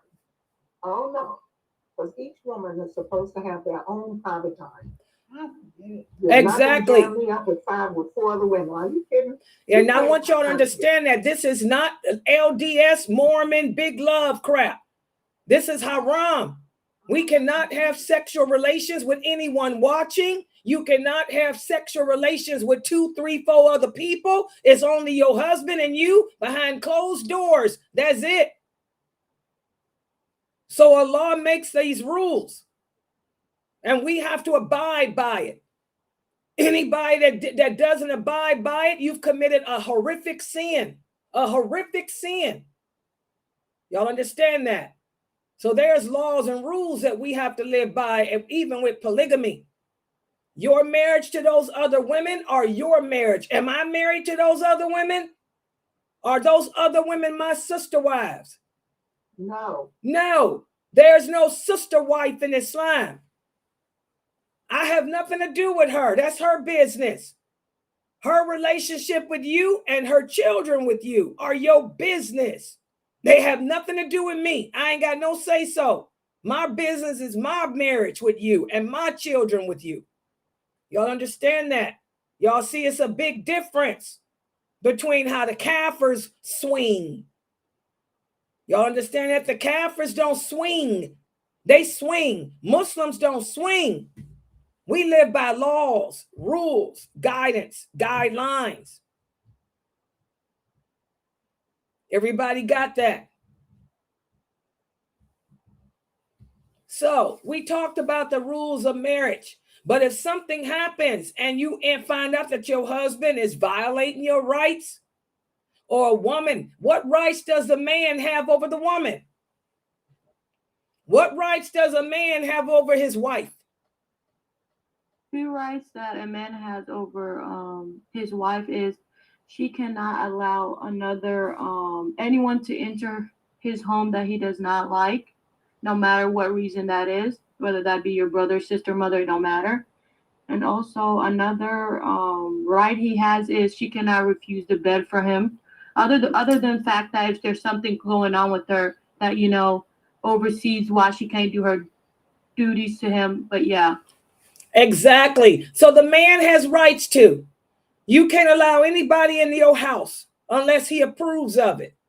Can the woman leave her house without his approval? No. No, you can't even leave your house without his approval. If your husband tell you that he doesn't want you going grocery shopping because he thinking that it's dangerous, don't go grocery shopping. Instead, Instacart, DoorDash, or let him do the shopping. You have to obey him and be thankful that you got a man that cares. Because some men don't give a darn. Get popped. Okay, I'll replace her with another wife. Keep it moving. Pop her, roll her into the ocean, and keep it going. I was tired of it anyway. So you better be glad you got a man that care enough about you to protect you, because the home is better for you. That's why your blessings as a woman lie in the house anyway. So that's a right he has. You can't go without his approval. You can't allow nobody in without his approval. You have to guard in his absence. What does it mean to guard in your husband's absence? What he would have you guard. What does that mean? It means protect his home, his rights. Protect his home, protect his rights. He has rights over you. So you have to treat him and protect his home, his personal properties, his money, his everything. Exactly. Even if he ain't there. You can't be one of those women that only do it when he's around. Then when he goes out of town to travel on business, oh, you gonna let go and go free and do your thing. No, you have to guard in his absence what you would guard if he was there. That means take care of yourself, guard yourself, the children, the house, his property, and all of that. So Islam is a check and balance, and he's got to guard himself too for you. He's got to guard himself for you. Let's talk about it. Let's see if y'all can remember. Are there any rules for a man in regards to traveling? Are there any rules that Allah made for men in regards to traveling?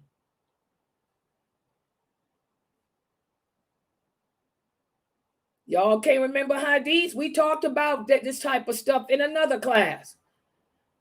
You hear all these hadiths. This is how you women get weaponized by the deen.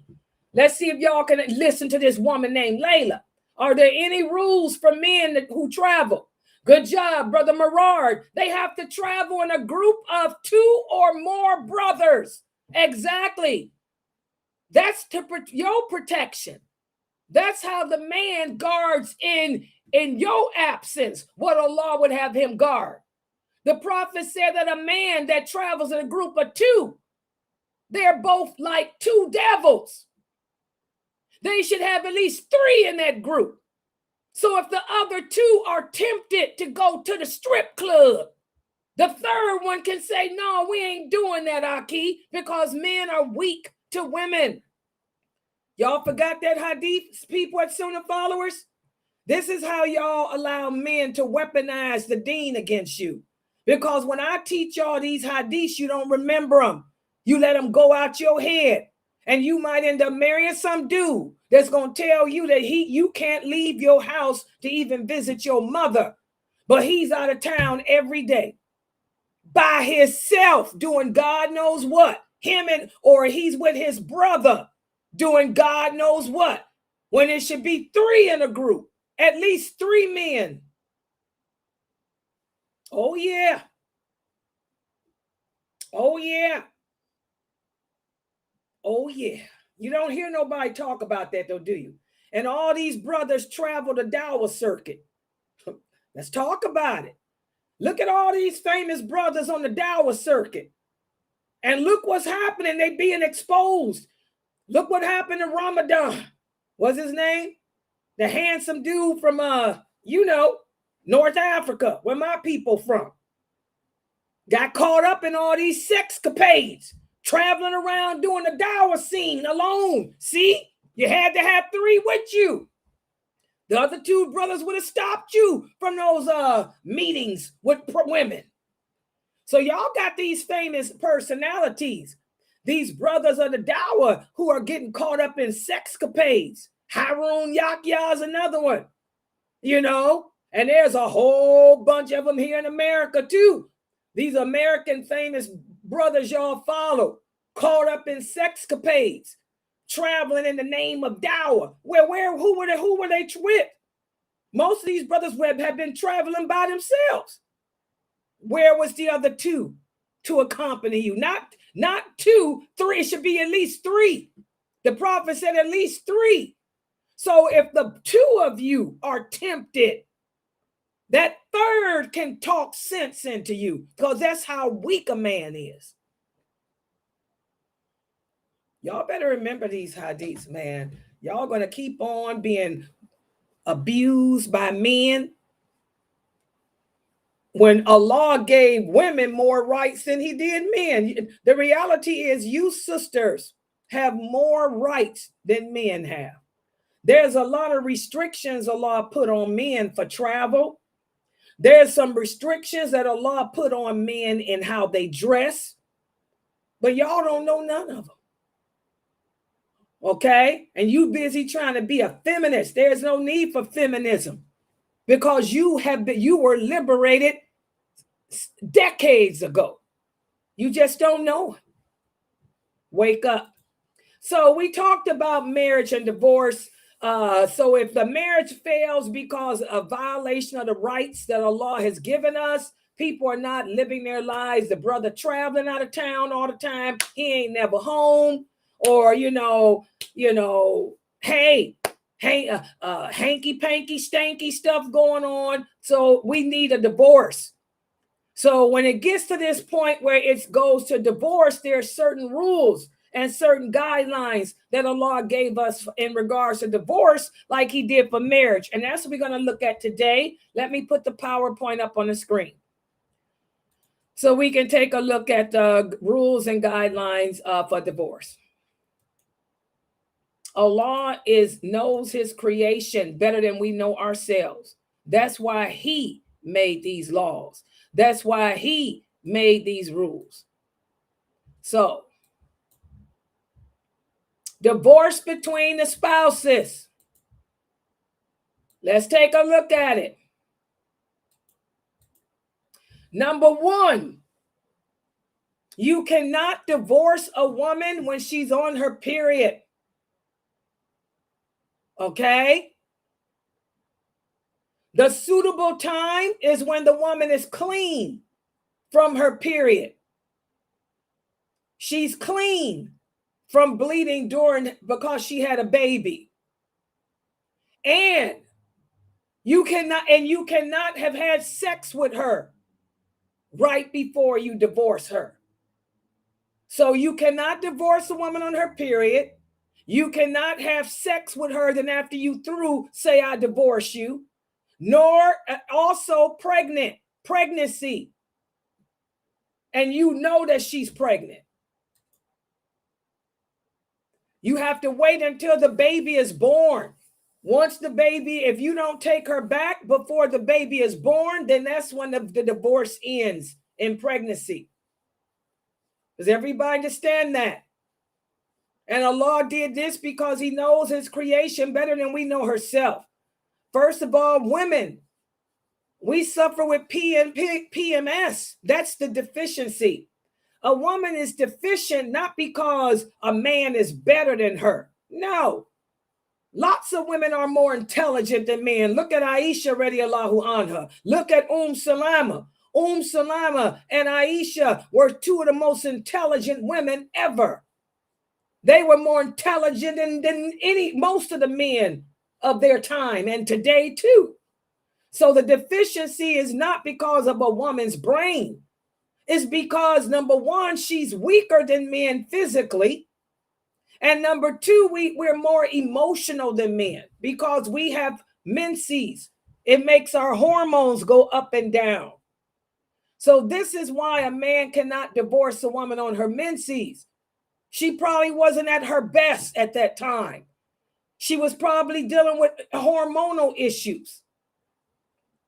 Also, men are weaker than women sexually. A man could have been upset because he couldn't have sex with his wife. So he's suffering with anxiety and he's acting like a fool. So because we both go through issues during the time of month, this is why we can't divorce during the time of month. It makes sense. Y'all see the hikmah, the wisdom of Allah. We cannot divorce when I'm on my menses because you got anxiety because you can't park it. And I'm going through anxiety because my hormones are going crazy. Allah knows his creation. Okay? And the reason why you cannot have relations with your wife and divorce her because this is bad. Allah hates injustice. You don't make no woman feel like she's nothing. Remember, Islam came and gave rights to women in the dark ages that they never had before. Men used to have relations with the women and kill them afterwards. This is no good. This is not right. This is unjust. So you cannot have relations with a woman and then after you through using her say, by the way, I divorce you. No, you can't do that. And also, if you find out she's pregnant, you still have to take care of that woman all during her pregnancy. So if she's pregnant, you have to wait until the pregnancy has ended. We have the hadith, whereas Ibn Umar, he divorced his wife when she was on her menses. And he went and told the Prophet. And when he told the Prophet sallallahu alaihi wasallam became so angry. And he told him, go back and take her back. After her menses is over, if you still want to divorce her, wait till she's clean. And do not have relations with her. And then divorce her. Allah says in the Quran, in the interpretation, the meaning, O Prophet, when you men divorce women, divorce them during a prescribed time, not when you feel like it. So a lot of sisters might ask, well, Sister Leda, what if my husband divorced me on my period? Does it count? No, it doesn't count. Just like the Prophet told Ibn Umar, go back to her. It doesn't count. Because it was wrong. You didn't do it within the guidelines of Allah. So if he divorced you on your period, it doesn't count. If he divorced you while you were pregnant, it doesn't count. If he had sex with you and then afterwards divorced you, it doesn't count. Y'all understand that? But it has to be for those three reasons to not count. Everybody understand that? This is clear. What about this? Some men will swear an oath of divorce. What does that mean? How many of you sisters are married or have been married to immature men who will get angry and say, if you don't have my food ready for me, by the time I get home from work, I'm going to divorce you. How many of you sisters were married to men who say, I swear by Allah, wallahi, if my dinner ain't ready, I'm divorcing you or you're divorced. A lot of women have been married to men like that because some men are just plain ignorant. Most men are. Okay? Well, does it count? Can a man do that? Let's see what the Prophet sallallahu alaihi wasallam said. It is not permissible for a Muslim to swear to take an oath of divorce or promising or threatening. You can't threaten a woman with divorce. Does everybody understand that? The Prophet sallallahu alaihi wasallam said, anyone who swears by anything other than Allah has committed shirk. This is shirk. Okay? So you cannot say that if you don't do this, I swear by Allah, I'm divorcing you. Or if you don't do that, I promise, you're going to be divorced. This is haram. So does it count? No. it doesn't count. If it's done haramly, it doesn't count. 2 wrongs don't make a right. 2 wrongs cancel out. Okay? So because my husband was stupid enough to swear by Allah that he was going to divorce me because I didn't cook chicken, that's his problem. He has to pay the expiation. The divorce does not count, and he has to pay the expiation for swearing to do something that he couldn't do. So the sin is on him. Do you brothers understand that? You know, divorce is a serious matter. We should never play with it. You brothers should never use the word divorce at all unless you mean it. Does everybody understand? All right, let's see what else. So the question, I want y'all to remember, if a man divorces a woman on her period, if a man divorces a woman when she's pregnant, if a man divorces a woman after having sex with her, or if a man swears by Allah that he's going to divorce you if you don't do this, or if you do that, these 4 things don't count. So Allah saves your marriage with those 4 things. Okay, y'all got that? So where does a woman stay when she's divorced? This is a big question that a lot of Muslims ask. Islam requires that the divorced woman remain in her husband's house. Why? Because he still has to provide and maintain her during that waiting period. Also, if the husband has divorced you for the first time or the second time, he has the right to take you back. He has the right to take you back as his wife. So that's another reason why you don't leave his house. Okay? The husband cannot kick you out of his house. The husband cannot refuse to care for you. That's the maintenance. He's got to continue to prepare your bills and take care of you until your 3 menstrual cycles have come or 3 months has passed, whichever comes first. Everybody understand that? And that's based on what Allah says in the Quran and the interpretation of the meaning. Fear your Lord. Do not turn them out of their houses, nor shall they leave on their own accord, unless they committed some clear immorality. These are the limits set by Allah, and whoever transgresses Allah's limits harms his own soul. So your husband can't kick you out the house, nor can he not refuse to take care of you during that waiting period. After the waiting period is over, then that's when you leave. Okay? But not until then. As Allah says, either keep them in kindness or part with them in kindness. Okay? Now, in the event of the 3rd time, there is no staying in the house.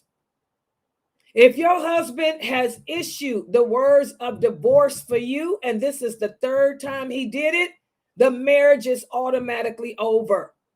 You still go through the waiting period to make sure you're not pregnant, but he can't take you back.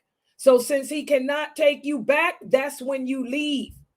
You pack your bags, you get out, go stay with your parents, your family, because you're done with him.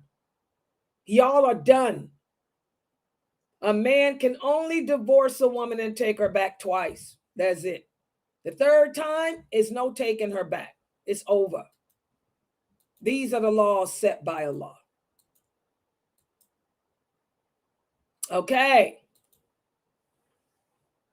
And here it is. The Muslim is allowed 3 chances or 3 pronouncements on 3 different occasions.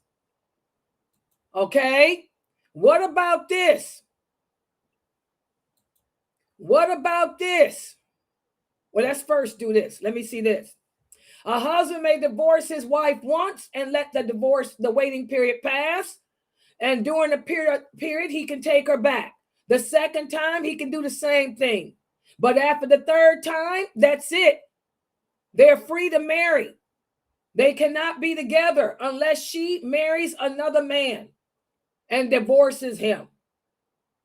Okay? That's it.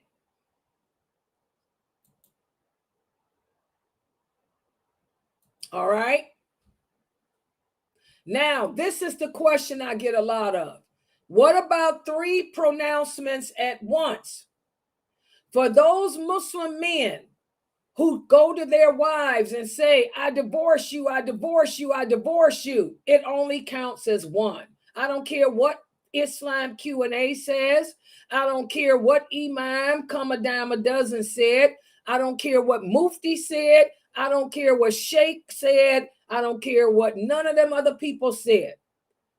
We have the hadith, whereas the Prophet sallallahu alaihi wasallam was told about a man who issued 3 pronouncements of divorce at one time. The Prophet got angry and said, is he making fun of the book of Allah and I'm still living amongst you? And one of the other companions said, shall I kill him, O Prophet? The Prophet said, no, tell him to go back. That it only counts as 1. It only counts as 1. And even under the caliphate of Abu Bakr would get angry too when he heard men had did this. This counts as only 1. It's haram. So why did Umar make it count as 3?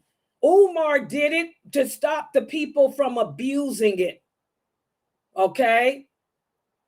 But Umar's not amongst us today. We have no caliphate. So the caliph can make rules that to stop the people from transgressing the laws of Allah, but we have no caliph. When the Mahdi comes back, if the Mahdi wants to make all 3 count as 3, he can do that, but he's not here. So, and since he's not here, we live by the laws of the Prophet Muhammad sallallahu alaihi wasallam. And the Prophet Muhammad said to issue 3 divorces at once only counts as 1. And the man who does that has the wrath of Allah on him because he's making a mockery of this deen. So you brothers need to stop doing that. Okay? All right. Also, when the husband has divorced his wife and the waiting period is over or is going on, he has 2 alternatives. Either reconcile with her without hurting her, without bringing up whatever made him mad, or he can let her go. Let the divorce go through. Okay? The Prophet, Allah has forbidden men from hurting women, from tormenting women. So that means if you're going to take her back, you have to not come back to her and say, let's talk about it again. No, it's over. That means you forgave whatever you was mad at me for. It's done. Listen to what Allah says in the interpretation, the meaning. And when you have divorced your women and they have fulfilled their term of waiting, either take them back honorably or release them honorably. But do not keep them just to hurt them, because this is a transgression. And whoever does this has wronged his own soul. And do not take the words of Allah in mockery. Instead, remember Allah's blessings upon you. Okay, so Allah is warning men, don't play games. Divorce is not a game to play. It ain't about hurting no woman. That narcissism that existed. Remember, Islam came to knock out that narcissism that existed then and still exists in the hearts and souls of many of us today. Okay? Finally, once a woman has been divorced, the waiting period has went through, she has the right to marry after that. Does everybody understand that? And I want you women to know, once you have been married and divorced, no one can stop a woman from being married who was previously married. She can marry whoever she chooses. Does everybody understand that? Why? Because this is a woman who has already tasted the sweetness of a man. And she knows herself better than anyone else. What does that mean? The prophet said that means she knows her weakness to have that sweetness again, to experience that sweetness again. So this is why the prophet told the men, do not deny them. If a woman who's been divorced comes to you and says she's ready to get married and she wants to get married, don't deny her. Let her marry. Let her marry whoever she wants to marry, because she knows herself better than you. It would be better for her to marry that man and taste his sweetness and they end up divorced than for her to not marry that man and she end up committing adultery or she end up committing fornication because you, her guardians, refused her. Y'all see the hikmah of Allah. Virgin girl's different. Let me use myself as an example. I'm a 62-year-old woman. I done been married several times. I know the facts of life. I know me. I take care of me. I'm a grown woman. If I come to you, my brother or my uncle, and by the way, she can choose any male guardian. For the woman that's been previously married, it doesn't have to be my father. It doesn't have to be my brother. It could be my son. It could be my grandson. It could be my uncle. It could be my granddaddy. It could be cousin Mukhtar. Did y'all know that? A woman that's been previously married, she doesn't have to listen to her father because she done been there, done that. I can pick the one that I know is going to get me married so I don't end up fornicating. So if I know Papa's a rolling stone and Papa's made of stone, I ain't got to go to Papa. I can call cousin Mukhtar and say, hey, Mookie, I'm ready to make that move. I need you to marry me. Okay, no problem. So it's different for the married woman. That's what the prophet means. Don't nobody deny her, because it would be better for her to marry, long as the man is Muslim and he's righteous. That's all. He's a good Muslim dude. He prayed. Now, I don't know. He could end up being a fraud, but let me find that out. After I taste his sweetness, we roll around for a couple of weeks and I realize he don't pray. I know how to kick him to the curb. Okay? I know me. Y'all see these hadiths. I'm trying to break them down in plain English so y'all understand. So that protectiveness that you brothers have is supposed to be but only so much for a woman that done already tasted life. That's why we have a lot of Muslim women committing fornication, because their guardians are too rigid. I'm talking about the women that's been married before. That sister is 30 years old. That sister is 40 years old. She needs to have sex. Let her go on ahead and get married to that Muslim brother over there. Don't deny her. It would be better that she marry him and realize he's a loser and kick him out of her life, rather than her go roll around with that Kafir man next door who just taking her because she got a big butt. Y'all get me? You feel me? Is that how Fresno do it? You feel me? You brothers got to stop that with these sisters that's been married before. Okay? So let's continue with this. So for the women that's been married before, it can be any male relative of hers, okay, that can marry her if she wants to get married afterwards.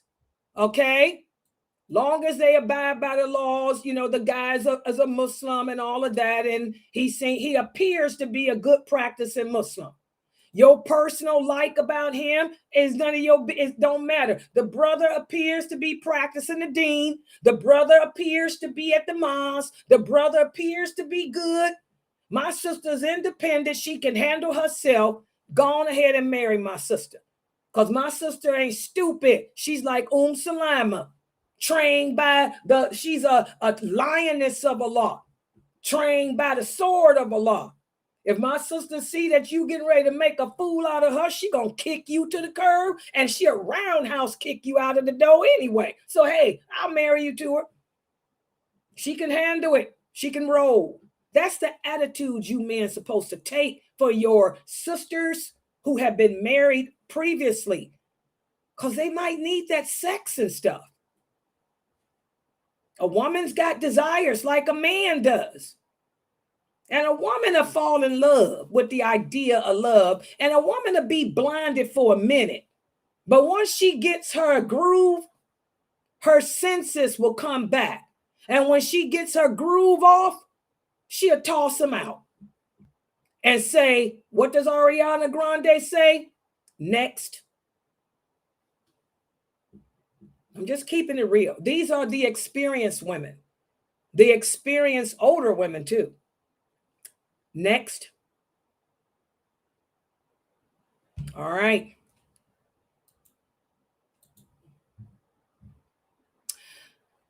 Allah says in the Quran, in the interpretation of meaning, when you divorce women and they complete their iddat, here's my dalil. Where's my dalil? Y'all know I never speak from my own self. And when you divorce women and they complete their waiting period, do not prevent them from marrying their former husbands if they agree to that. This is to instruct those amongst you who believe in Allah that is more virtuous. Now here the prophet is even, Allah is going on to even say, if the woman and the man got divorced and it's been it wasn't irrevocable, meaning it wasn't the first, it wasn't the third time. It was just the first time and the second time. They can go and they want to remarry. You say, I don't want you to remarry him no more. Can't you let them go back and remarry? They done tasted each other. Even in that case, don't deny them. They done tasted each other.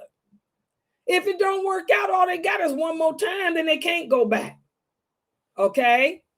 And also in regards to not denying the woman, as Allah says, peace is better. What some men of today do in attempting to prevent their ex-wives from remarrying, intimidating them and their families and all that crap. Peace is better. You know, like the prophet said, a woman that has been married before has more right over herself than anyone. That means she knows herself better than anyone. Don't deny her marriage. If she comes to you telling you she wants to get married, and she wants to marry her. Y'all see, this is clear. Allah knows us. You may not understand this, but Allah is the creator of all of us. He knows what he created. He knows us better than we know ourselves. So stop preventing your daughters who have been previously married, who have already tasted the sweetness of a man, from tasting it again. Because when you prevent them, they're fornicating. Like we have a big problem with Muslim women fornicating. And most of these women are having sex with kafir men. That's the sad thing. You know, the Muslim men wouldn't let them get married, so I'm going to go get me a kafir. This kafir man wants to hit it, and they hitting it. That's sad. Because you men got issues. All right, so we're going to stop right here for today. These are the rules right here. Tomorrow, what I'm going to do is give you a quiz over what we discussed today about divorce. And then I'm going to continue speaking a little bit more about some more rules of divorce. So if there's any questions or comments, are there any questions on any of this stuff? I know this is a lot of information for some of you to take in. Any questions? Let me look on YouTube. Questions or comments?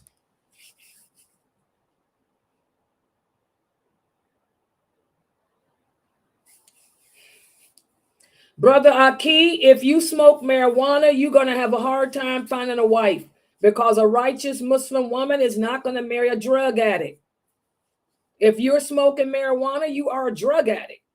Who wants a drug addict? Who wants an alcoholic? Who wants an adulterer? Who wants a fornicator? Who wants a homosexual? Until you give up them drugs, you're not going to find a good Muslim woman. You're going to be with kafir skanks for the rest of your life. Remember, righteous women are for righteous men. Skanky women are for skanky men. Yeah, you're not going to find any practicing Muslim woman. No Muslim woman that practices the deen is going to marry a drug addict. That's the worst thing to do, is to marry a man who's addicted to something other than Allah. Do you know how bad an addiction is? Who wants to be with an addicted person, a weak man? That's a man that's weak. That's a weak person. You can't even let go of some marijuana. How can you protect me? How can you shield me? How can you lead me to paradise when you can't say no to drugs? That's a weak man. Don't no woman want a weak man. They want a strong warrior. So you're going to have to give up your drugs. Until you give up your drugs, Brother Aki, you're going to be with the skanky women who are drug addicts like you. You would be with the crackheads. The crackheads. Yeah. If you addicted to Allah, then it'll be easy. Because if you addicted to Allah, then that means you would never do anything to make Allah angry. Saying no to drugs would come easy for you. Just like saying no to sex would become easy because you love Allah. That's wala wal bara. That's allegiance. If you had allegiance to Allah, then you wouldn't be smoking drugs. Because you know it's something that Allah hates.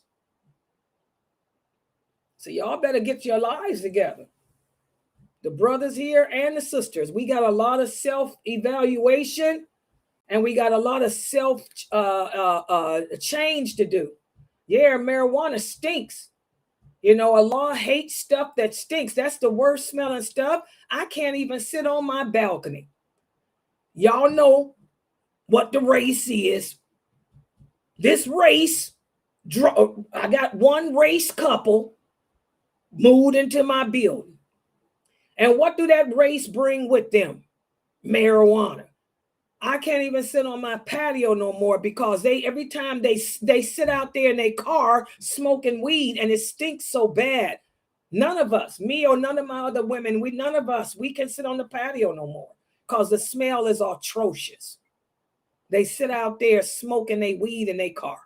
This black race that I'm hoping hurry up and move out because I don't know how they can afford to rent anyway. So I'm hoping that they be out of here in the next couple of months. Yeah, it's always the black people that bring that stuff. And that's what gets me. Why is it the black? I mean, you know, white people do weed and stuff too. But white people got better sense to hide it. They got better sense to not do it in the public.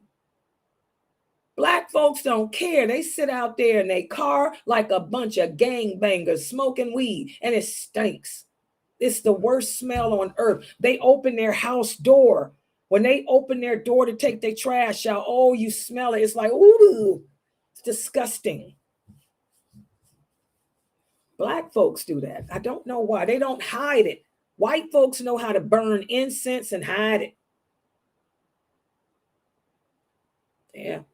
You know, the white folks do it too, but they hide it with incense and candles. Or they'll be outside on their patios and they light those candles. Because you know the white folks be smoking it too, but you don't smell it because they got it candles and stuff. Black folks just sitting in the car, rap music, boom, boom, boom, boom, boom, boom, boom, boom, boom, smoke coming out. So that's why I ain't on the patio. But I figure they'll probably be out of here. They never stay long because the rent is so high where I live at. They'll probably be out of here. Yeah. Any other questions or comments?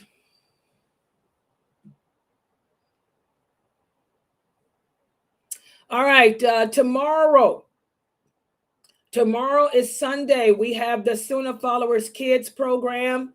That's going to be at 1 o'clock. Please have your kids here. And then we have my 6 o'clock class and this class again at 9.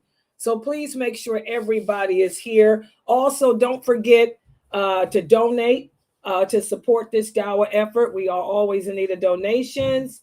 And inshallah, I'll see everybody tomorrow. Subhanakallahumma wa bihamdika, ashhadu an la ilaha illa anta, astaghfiruka wa atubu